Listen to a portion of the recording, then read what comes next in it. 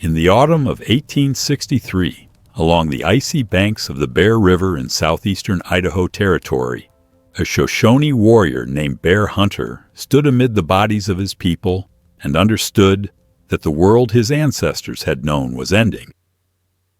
The United States Army had just completed the largest massacre of Native Americans in the nation's history.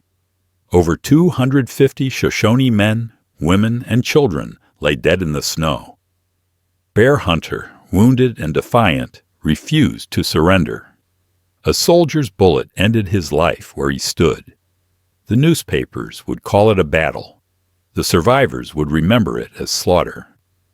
But long before this cold January morning, the Shoshone had been warriors, whose reputation stretched across the entire western frontier.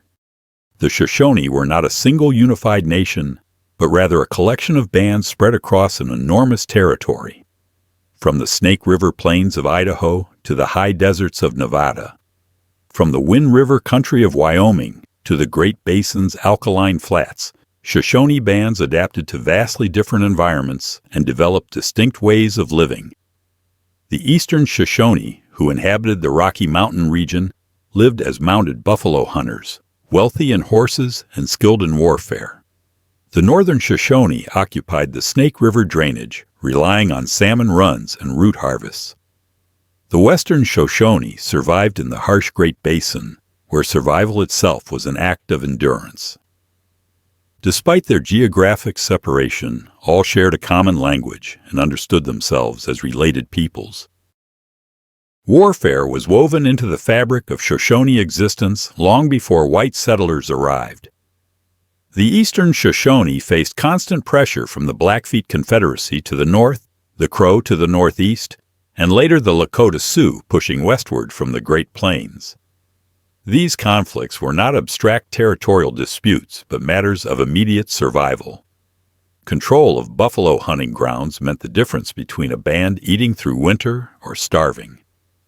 Control of mountain passes determined who could trade for guns and metal tools. Young Shoshone men grew up understanding that martial skill was not optional. It was the price of continued existence. Shoshone warriors fought on foot and on horseback with equal effectiveness. Before they acquired horses from Spanish sources in the late 17th century, Shoshone fighters developed tactics suited to mountainous terrain and surprise attacks.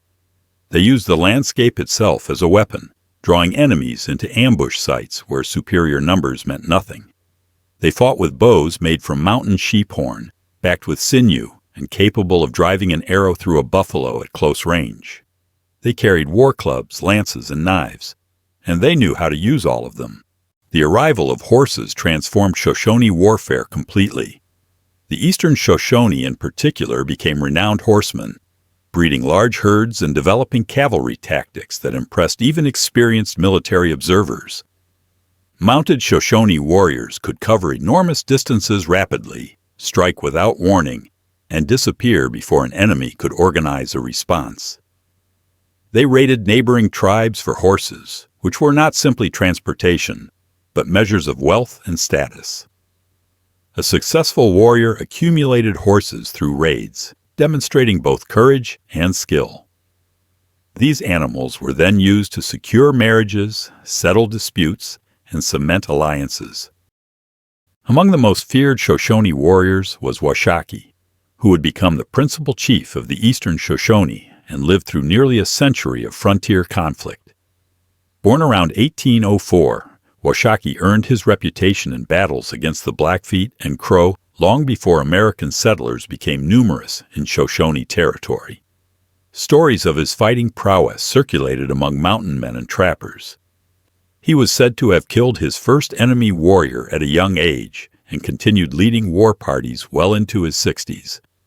Unlike many native leaders who resisted American expansion, Washakie made the calculated decision that alliance with the United States offered the best chance for Shoshone survival. This choice would prove both pragmatic and tragic. Pocatello was another significant Shoshone leader, though his approach differed markedly from Washakie's. Leading a band of northern Shoshone in the Idaho Territory during the 1850s and 1860s, Pocatello recognized that American emigration along the Oregon Trail and the subsequent gold rushes were destroying Shoshone lands and resources. Immigrants' livestock consumed the grasses that sustained the buffalo. Miners polluted streams and drove away game. Pocatello's warriors began attacking emigrant trains, stealing livestock and supplies, occasionally killing settlers. From his perspective, these were defensive actions against an invasion. From the settlers' perspective, these were acts of savagery that required military response. The conflict intensified through the late 1850s and early 1860s. Shoshone warriors struck emigrant wagons along the Oregon and California trails. They raided mining camps in Montana and Idaho. They killed settlers who had established farms and ranches on traditional Shoshone hunting grounds. The United States Army responded with increasing force. Military expeditions hunted Shoshone bands through the mountains and deserts, destroying villages and food supplies. This escalating violence culminated in the Bear River Massacre of January 29, 1863. Colonel Patrick Connor led approximately 200 California volunteers on a winter march from Salt Lake City to attack a northern Shoshone encampment led by Bear Hunter, Sagwitch, and Lehi. The village sat in a ravine along the Bear River, home to perhaps 450 Shoshone, many of them women, children, and elderly. Connor's troops attacked at dawn in sub-zero temperatures. The initial assault met fierce resistance. Shoshone warriors fought from defensive positions in the ravine, initially driving back the soldiers. But Connor brought up reinforcements and artillery. His men surrounded the village and began systematic killing. Warriors who ran out of ammunition fought with knives and clubs. Women and children who fled across the frozen river were shot down. The slaughter continued for hours. When it ended, between 250 and 400 Shoshone were dead. Bear Hunter was among them, killed while refusing to surrender. Sagwitch escaped with severe wounds. The survivors, mostly women and children, faced a brutal march through winter conditions with inadequate clothing or food. Many died of exposure in the days following the massacre. Connor reported his losses as 14 soldiers killed and 49 wounded. He was promoted and celebrated for the victory. The action received relatively little attention nationally, overshadowed by Civil War battles occurring simultaneously in the East. The Bear River Massacre effectively ended large-scale Shoshone military resistance in the Idaho and Utah territories. The surviving northern Shoshone bands, devastated and starving, had little choice but to accept reservation confinement. Pocatello himself eventually settled on the Fort Hall Reservation in Idaho, living there until his death in 1884. The eastern Shoshone under Washakie followed a different path but reached a similar destination. Washakie maintained his alliance with the United States throughout the 1860s and 1870s. Shoshone warriors served as scouts for the Army in campaigns against the Lakota Sioux, their traditional enemies. They fought alongside General George Crook in the Powder River campaigns. They assisted in tracking down Nez Perce refugees fleeing toward Canada in 1877.